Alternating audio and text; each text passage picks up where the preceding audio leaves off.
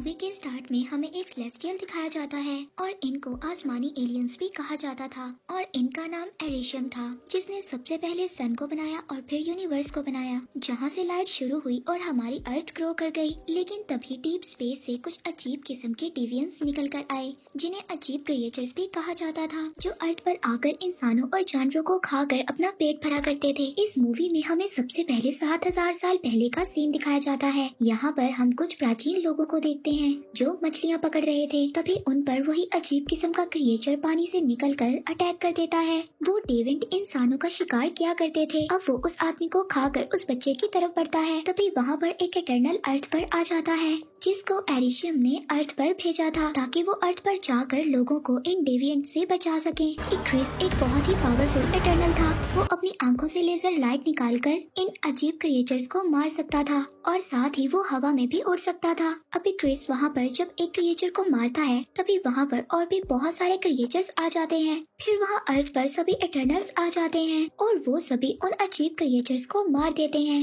अब इंसान वहाँ पर इटर्नल्स को देखकर डरने लगे थे। तभी वहाँ पर एक इटर्नल सभी इंसानों के माइंड को कंट्रोल कर लेता है। इसका नाम ड्रॉइक होता है। इसके पास ये एबिलिटी थी कि ये इंसानों के माइंड को कंट्रोल कर सकता था और अपनी तरह से मैनेज कर सकता था। और फिर इटर्नल्स इंसानों से दोस्ती का हाथ बढ़ाते हैं। इसके बाद वो अर्थ पर ही इंसानों के साथ रहने लगे थे। अब इटर्नल्स इंसानों के साथ रहने लगे थे और इनकी टेक्नोलॉजी को भी आगे बढ़ाने में मदद कर रहे थे। वो लोग आपस में भी बहुत ज्यादा लड़ा करते थे, मगर ड्रॉइक कभी कभी उनके माइंड को कंट्रोल कर उनको लड़ने से रोक लेता था। मगर सभी इटर्नल्स की लीडर अजैक उसको ऐसा करने से रोक लेती है, क्योंकि सेलेस्टियल्स के लीडर ने इन सब को इंसानों को बचाने और उनकी आबादी को आगे बढ़ाने के लिए भेजा था और इसके अलावा किसी और चीज में शामिल होने के लिए मना किया था। लेकिन ड्रॉइक उसकी बातों को नहीं मानता। अब अजैक ड्रॉइक की बातें सुनकर ये बोलती है कि आज से तुम सब इटर्नल्स आजाद हो। वो उनसे कहती है कि तुम्हें जहाँ जाना है तुम जा सकते हो और तुम अपनी मर्जी के मुताबिक जिंदगी गुजार सकते हो। अब सब लोग इस शहर को छोड़ देते हैं। इसके बाद हमें प्रेजेंट का सीन दिखाया जाता है, जहाँ पर इटर्नल्स को इस दुनिया में आए हुए 7000 साल हो चुके थे, मगर अभी भी किसी इटर्नल की एज ज्यादा नहीं हुई थी। तभी हम एक इटर्नल सर्सी को देखते हैं, जो बच्चों को स्कूल में पढ़ाया करती थी। उसके लेट होने की वजह से उसका फ्रेंड उन सब बच्चों को संभाल रहा था। तभी वहाँ पर सर्सी आ जाती है। वो अपने फ्रेंड से शुक्रिया बोलती है कि उसने इतनी देर तक बच्चों को मैनेज किया। अब जैसे ही सर्सी का फ्रेंड यहाँ से चला जाता है, उसके जाने के बाद वहाँ पर अर्थक्वेक आ जाता है। तभी वहाँ पर बना हुआ एक स्टैचू सर्सी के एक स्टूडेंट के ऊपर गिरने वाला था, मगर सर्सी अपनी पावर से उस स्टैचू को रेत में बदल देती है, क्योंकि सर्सी के पास ये एबिलिटी थी। वो किसी भी मेटल की चीज को सैंड में बदल सकती थी। अब रात को सर्सी अपने फ्रेंड के साथ एक क्लब में जाती है। वहाँ पर हम एक और इटर्नल स्प्राइट को देखते हैं, जिसके पास ये एबिलिटी थी। वो किसी के भी रूप में आसानी से आ सकती थी, लेकिन स्प्राइट की बॉडी को जो भी टच करता था, उसकी बॉडी से लाइट्स निकलने लगती थी, जिसकी वजह से स्प्राइट 7000 साल तक सिंगल ही थी। हम देखते हैं कि क्लब में सर्सी अपने फ्रेंड का बर्थडे सेलिब्रेट कर रही थी। सर्सी के फ्रेंड को उसके बारे में कुछ बातें मालूम थी, जैसे कि सर्सी एक जादूगर है और उसकी उम्र बहुत ज्यादा है। अब वो लोग रास्ते में बातें करते जा रहे थे, तभी वहाँ पर एक क्रिएचर आ जाता है और वो सर्सी के फ्रेंड पर अटैक करने लगता है। तभी सर्सी अपनी पावर से उस क्रिएचर के पाँव को जमीन में फ्रीज कर देती है।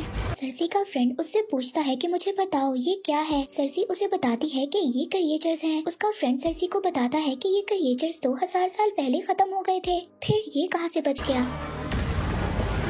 अब वो क्रिएचर अपने आप को सैंड से छुड़ाकर वहाँ से भाग जाता है। फिर सर्सी और स्प्राइट उस क्रिएचर का पीछा करने लगते हैं। सर्सी का फ्रेंड भी सर्सी की तरह जंप करने की कोशिश करता है, लेकिन उससे ऐसा नहीं हो पाता। अब सर्सी उस क्रिएचर को डिस्ट्रैक्ट करने की कोशिश करती है, लेकिन वो क्रिएचर डिस्ट्रैक्ट नहीं होता और वो स्प्राइट पर अटैक कर देता है। तभी वहाँ पर एक क्रिस आकर उस क्रिएचर को इंजर्ड कर देता है, लेकिन वो देखते हैं कि वो क्रिएचर खुद को हील करने की एबिलिटी रखता था और ऐसी पावर्स इटर्नल के लीडर एजेक के ही पास थी।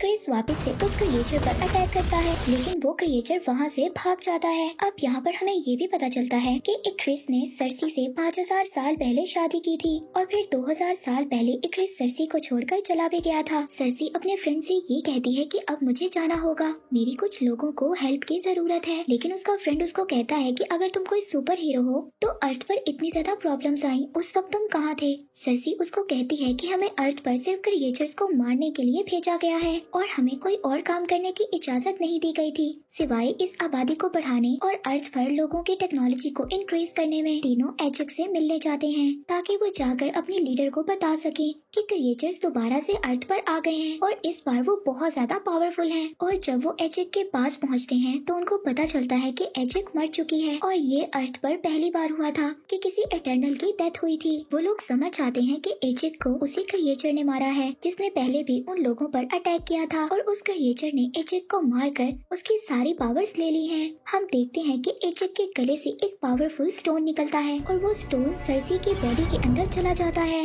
यानी कि एजेक ने मरने के बाद सर्सी को एटर्नल्स का लीडर चुना था। अब सर्सी एरिशियम से बातें कर सकती थी। अब ये लोग अपनी टीम को इकट्ठा करने का फैसला करते हैं ताकि वो एक बार फिर से सभी एटर्नल्स मिलकर उन क्रिएचर्स को मार सके। अब वो सबसे पहले किंगो के पास जाते हैं। किंगो के पास ये एबिलिटी थी कि वो अपनी फिंगर से छोटी छोटी आग की गोलियों को निकाल सकता था। अब किंगो एक सुपरस्टार बन चुका था और उसने बहुत ज्यादा मूवीज भी की थी। अब वो किंगो को अपने साथ आने का कहते हैं। वो कहता है कि मुझे बहुत ज्यादा काम है और मैंने बहुत ज्यादा मूवीज को साइन भी किया है। जब किंगो अपने लीडर का सुनता है कि वो मर चुकी है तो किंगो ये सुनकर बहुत ज्यादा उदास हो जाता है और फिर वो अपने मैनेजर के कहने पर जाने के लिए तैयार हो जाता है। अब वो लोग किंगो के प्राइवेट प्लेन से ऑस्ट्रेलिया जाते हैं जहाँ पर उनके 2 और एटर्नल्स रहते थे। और वो लोग जब वहाँ पर पहुँचते हैं तो देखते हैं कि एक बहुत बड़ा क्रिएचर मरा हुआ है। किंगो का मैनेजर उसको कहता है कि ये क्रिएचर्स तो बहुत खूबसूरत हुआ करते थे। किंगो अपने मैनेजर को कहता है कि क्या तुम्हारा दिमाग खराब है, ये बदबूदार सड़ा हुआ क्रिएचर तुम्हें किस एंगल से खूबसूरत लगता है। अब वो यहाँ पर अपने एक और मेंबर से मिलते हैं जिसका नाम गिलगमेश था। वो उनसे पूछता है कि क्या तुम मेरा केक ट्राई करोगे। जब ये लोग इसको एजेक के मरने की खबर सुनाते हैं तो ये बहुत ज्यादा उदास हो जाता है और इसके हाथ से बना हुआ केक भी गिर जाता है।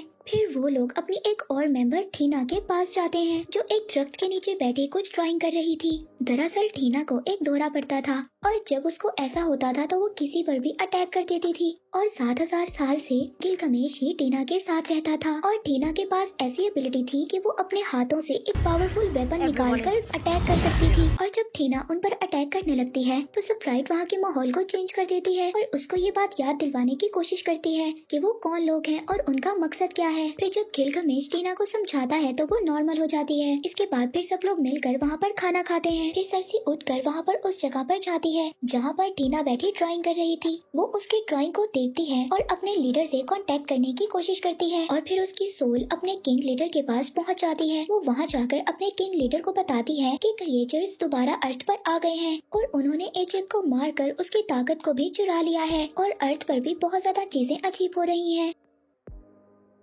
जिस पर एरिशियम उनका लीडर उसको बताता है कि ये एक एमरजेंस की निशानी है। सरसी उससे पूछती है कि एमरजेंस क्या होता है। वो सरसी से कहता है कि अब वक्त आ गया है, तुम लोगों को तुम्हारे असल मकसद के बारे में बताया जाए। दरअसल तुम लोगों को अर्थ पर क्रिएचर्स को मारने के लिए भेजा गया था और मैंने कई हजार साल एक बीज अर्थ पर भी बोया था और उस बीज को बड़ा होने में अरबों सालों और इंसानों की एनर्जी चाहिए थी। लेकिन जब मैंने इंसानों और जानवरों को बनाया तो मुझसे एक गलती हो गई और उस गलती से वो अजीब डेविंट क्रिएचर्स पैदा हुए जो अर्थ पर लोगों की आबादी को खाकर खत्म कर रहे थे। तब मैंने तुम्हें और तुम्हारे जैसे बहुत ज्यादा एटर्नल्स को बनाया ताकि तुम्हारे जरिए मैं उन डेविंट्स क्रिएचर को मार सकूं। सरसी उनसे पूछती है कि क्या ये बात एजेक को पता थी। यहाँ पर वो सरसी को ये भी बताते हैं कि तुमने और एजेक ने कई बार सेलेस्टियल को अर्थ पर पैदा होने में मदद की है। तो सरसी उनसे कहती है कि ये सब बातें मुझे क्यों नहीं याद। वो उसको कहते हैं कि मैं हर बार तुम्हारी यादों को इरेज कर देता हूँ, इसीलिए तुम्हें कुछ भी नहीं याद। यहाँ पर एक और बात भी हमें पता चलती है, जो ठीना को ड्रीम्स आते थे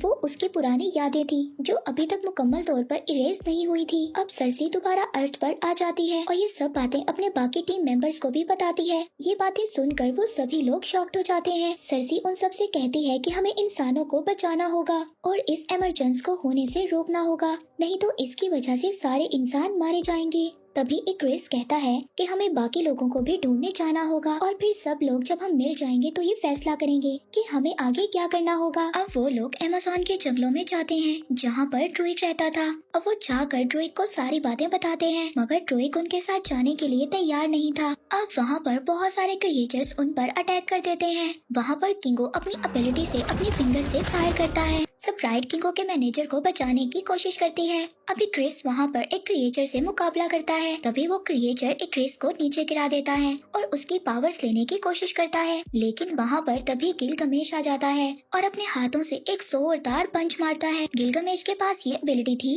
कि वो अपने हाथों को एक बहुत ही मजबूत हथौड़े के तौर पर इस्तेमाल कर सकता था। जब सरसी पर एक क्रिएचर अटैक करने की कोशिश करता है, तभी सरसी उस क्रिएचर को एक ट्रे में बदल देती है। दूसरी तरफ ये क्रिएचर्स जब टीना पर अटैक करते हैं तो गिलगमेश आकर टीना को बचा लेता है, लेकिन वो क्रिएचर्स का लीडर गिलगमेश को मारकर उसकी पावर्स को अपने अंदर ट्रांसफर कर लेता है। जैसे ही वो गिलगमेश की पावर्स को अपने अंदर ट्रांसफर करता है, वो इंसानों की तरह बॉडी शेप में आ जाता है और वो उस एमरजेंस को भी समझ जाता है। इसके बाद गिलगमेश मर जाता है। वो जाते हुए टीना को ये बात कहता है कि मुझे याद रखना। इसके बाद सरसी और एक्रिस अपने एक और मेंबर फेस्टोस के पास जाते हैं। फेस्टोस उनको कहता है कि मैं अपनी फैमिली के साथ रहता हूँ और मैं तुम्हारे साथ नहीं आ सकता, लेकिन फिर वो जल्द ही मान जाता है और उनके साथ जाने के लिए तैयार हो जाता है। अब सभी इटर्नल्स मिलकर इराक जाते हैं। वहाँ पर 7000 साल से उनकी स्पेसशिप जमीन के अंदर थी। जब वो लोग अपनी स्पेसशिप के अंदर जाते हैं तो वहाँ पर मक्कारी पहले से ही मौजूद थी। मक्कारी उनकी वो मेंबर थी जो बोल नहीं सकती थी,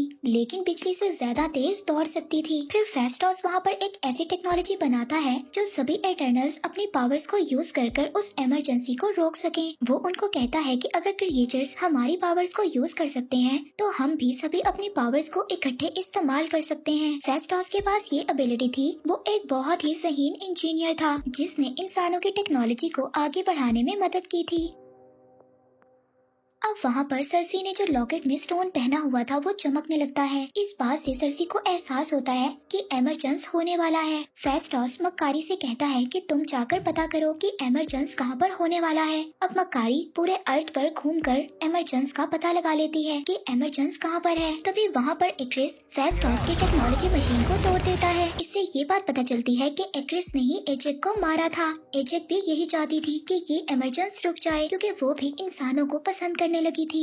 एक्रिस ने इसीलिए एजेक को भी मार दिया था। जब एजेक ने एक्रिस को ये बात बताई थी कि एमरजेंस होने वाला है और हमें सभी इटर्नल्स को इकट्ठा करके उनको बताना होगा, तब एक्रिस ने एजेक को उन क्रिएचर्स के आगे फेंक दिया था। उन क्रिएचर्स ने एजेक को मारकर उसकी पावर्स को ले लिया था। जब एजेक मर गई थी तो एक्रिस दोबारा से उसको उसके घर में छोड़ देता है। एक्रिस से जब ये लोग वजह पूछते हैं तो वो उनको बताता है कि मेरी जिंदगी दी हुई एरिशम की है और अगर तुम लोगों को भी मुझे मारना पड़ा तो मैं तुम्हें मार दूंगा। और ये सब कहकर एक्रिस वहाँ से चला जाता है और उसके साथ स्प्राइट भी चली जाती है। अब किंगू भी वहाँ से जाने वाला था। वो कहता है कि एक्रिस की हेल्प के बिना हम कुछ भी नहीं कर सकते और किंगू भी ये सब कहकर वहाँ से चला जाता है। अब उन तीनों के वहाँ से जाने के बाद और बाकी जो इटर्नल्स वहाँ पर बचे थे उनकी पावर्स काफी नहीं थी एमरजेंस को रोकने के लिए। तभी फेस्टोस सरसी से कहता है कि जो तुम्हारे अंदर पावर्स हैं वो तुम्हें और एरिशम को साथ में जोड़ सकती हैं। वो कहता है कि हम एक यूनिबैंड बना सकते हैं जिससे वो एमरजेंस रुक जाएगा। अब वो सरसी का स्टोन लेकर उससे एक बैंड तैयार करता है और फिर वो लोग अपने स्पेसशिप को लेकर उस जगह पर पहुंच जाते हैं जहां पर एमरजेंस स्टार्ट होने वाला था। वहां पर एक्रिस और स्प्राइट दोनों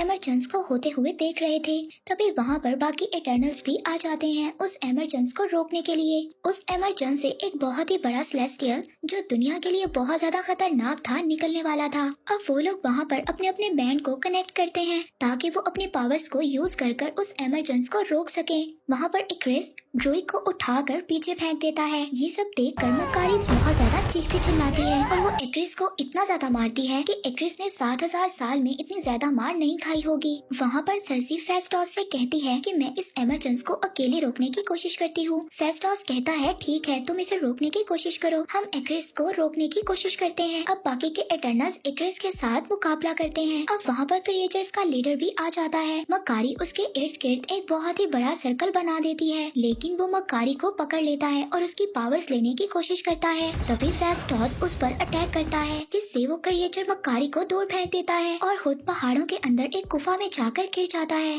फिर फेस्टोस एक्रिस को अपनी टेक्नोलॉजी से बांध देता है। दूसरी तरफ सरसी जब एमरजेंस को रोक रही होती है, वहाँ पर स्प्राइट आकर एक चाकू से उस पर स्टैब कर देती है और कहती है कि मुझे इंसानों की जान नहीं बचानी, मैं 7000 साल से अर्थ पर हूँ। मुझे ये कभी भी नहीं पता चला कि प्यार क्या होता है और फैमिली किसे कहते हैं। तभी ड्रोइक वहाँ पर आ जाता है और स्प्राइट के सर पर अटैक कर देता है। दूसरी तरफ हम ठीना को देखते हैं, जिसको पास्ट की बातें परेशान कर रही थी और वो डेविड क्रिएचर गिलगामेश बनकर उसकी पावर्स लेने की कोशिश कर रहा था। लेकिन तभी टीना को होश आ जाता है। वो अपनी पावर से एक बहुत ही खतरनाक वेपन्स पैदा करती है और तभी उस क्रिएचर के टुकड़े कर देती है। हम देखते हैं कि एमरजेंस शुरू हो गया था और आहिस्ता आहिस्ता सेलेस्टियल के हाथ बाहर आने वाले थे। सरसी अपनी पावर से उस सेलेस्टियल को रोकने की कोशिश कर रही थी। तभी एक क्रिस भी छूट जाता है और सरसी को मारने के लिए चला जाता है, मगर तभी उसको सरसी के साथ बिताए हुए मोमेंट्स याद आने लगते हैं और फिर एक क्रिस भी उनके साथ मिलकर उस एमरजेंस को रोकने में उनकी मदद करता है। अब एमरजेंस रुक जाती है और वो सेलेस्टियल और वो कयामत सेलेस्टियल पैदा होने से पहले ही मर जाता है। और फिर एक्रिस आखिरी बार सरसी को देखता है और खुद को सूरज में ले जाकर गुम कर देता है।